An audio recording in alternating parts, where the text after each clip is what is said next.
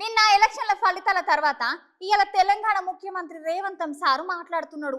మునుపు కంటే ఈసారి ఎక్కువ సీట్లు రావడానికి కష్టపడ్డ అందరికీ అభినందనలు తెలిపిండుల్లా.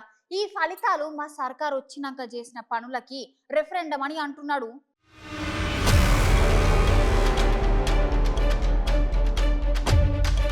ఇవాళ రేవంత్ సార్ మాట్లాడుకుంటూ నిన్న ఎంపీ ఎలక్షన్ల ఫలితాల మీద మస్తు ఆనందం వ్యక్తం చేసిండు. మేము గత 6 నెలలుగా జనాల మధ్య తిరుగుకుంటూ వాళ్ళ సమస్యలను పరిష్కారం చేస్తున్నాం కాబట్టి ఈ ఫలితాలు వచ్చినావని అంటున్నాడు. మునుపు 2019 ఎన్నికలలో ఒక 3 సీట్లు మాత్రమే గెలిస్తే ఇప్పుడు మాత్రం జనాలకు మా మీద ఉన్న నమ్మకంతో ఏకంగా 8 సీట్లు గెలిచినామని కారు పార్టీ అసలు రాష్ట్రంలో పత్తా లేకుండా పోయిందని సీఎం సార్ మాట్లాడిండు.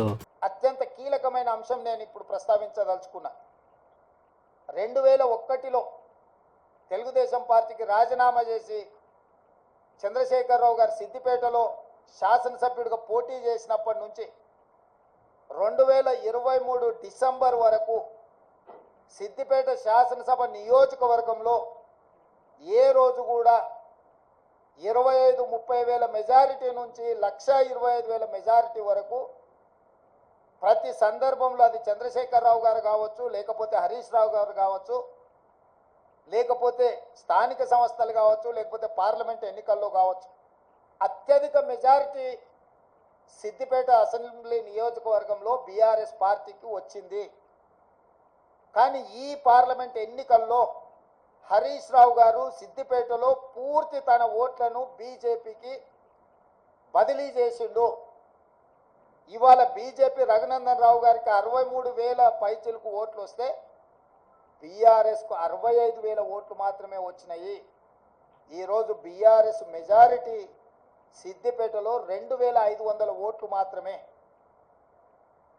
అంటే ఇప్పటి వరకు సిద్దిపేట నియోజకవర్గం మీద పూర్తి ఆధిపత్యాన్ని పట్టును ప్రదర్శించిన బీఆర్ఎస్, కేసీఆర్, హరీష్ ఇద్దరు బీఆర్ఎస్ ఓట్ల మొత్తాన్ని బీజేపీకి రఘునందన్ రావుకు బదిలీ చేయడం ద్వారా ఈరోజు మెదక్లో కాంగ్రెస్ పార్టీని ఒక బలహీన వర్గాల అభ్యర్థిని ఓడించడం జరిగింది.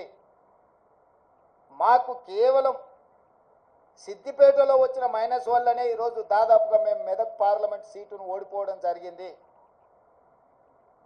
అంటే బీఆర్ఎస్ను నమ్మి నిలబడ్డ వెంకట్రామరెడ్డిని నమ్మించి మోసం చేయడమే కాకుండా కాంగ్రెస్ పార్టీని ఓడించాలా, కాంగ్రెస్ పార్టీ అంటేనే ఏవగింపు లేకపోతే కోపము ప్రదర్శించి ఆత్మ బలిదానం చేసుకొని అవయవ మార్పిడికి పాల్పడి ఈరోజు